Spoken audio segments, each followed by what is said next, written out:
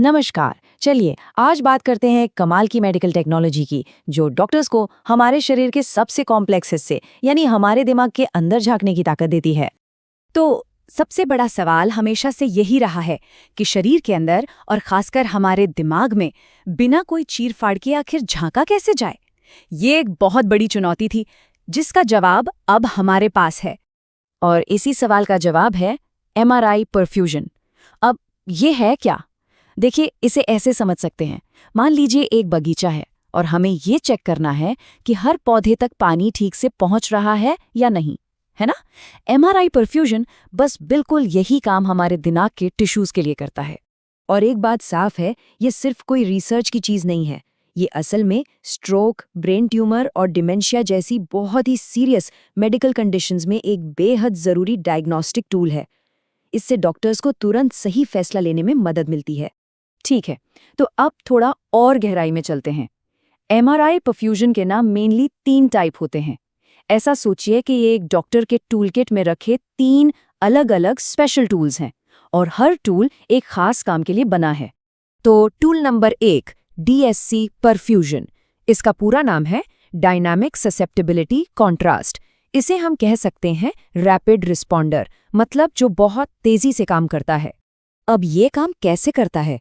इसमें ना एक आईडी के जरिए एक कॉन्ट्रास्ट एजेंट, जिसे गैडोलिनियम कहते हैं, शरीर में डाला जाता है। फिर एमआरआई मशीन ट्रैक करती है कि ये डाई दिमाग में कितनी तेजी से फैल रही है।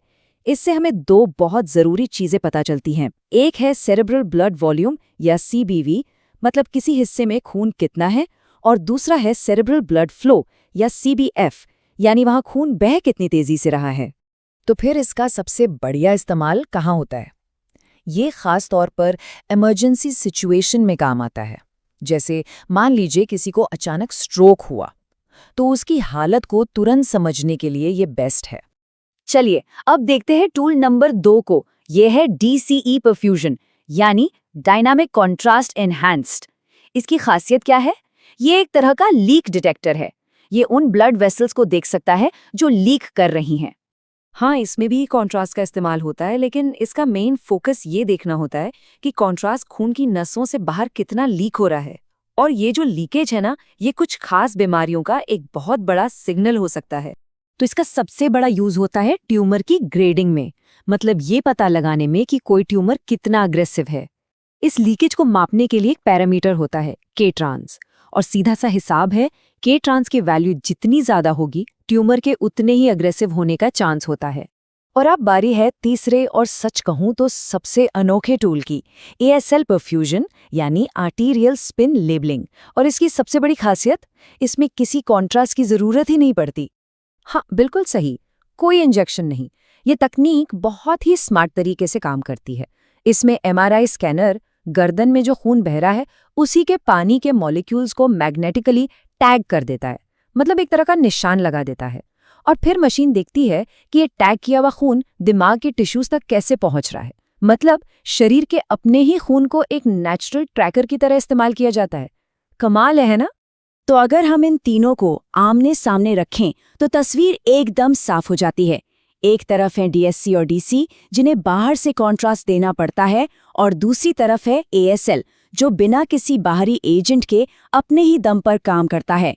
और यही चीज इसे सबसे अलग बनाती है। और क्योंकि इसमें कॉन्ट्रास्ट नहीं होता, तो ये उन मरीजों के लिए सबसे सेफ और बेस्ट ऑप्शन बन जाता है जिनकी किडनी कमजोर हैं, या फिर बच्चों के लिए। यही नहीं, डिमेंशिया की केसेस को समझने में भी ये बहुत काम आता है। तो चलिए एक बार फिर से इन तीनों टूल्स पर एक नजर डालते हैं, ताकि सब कुछ बिल्कुल साफ हो जाए।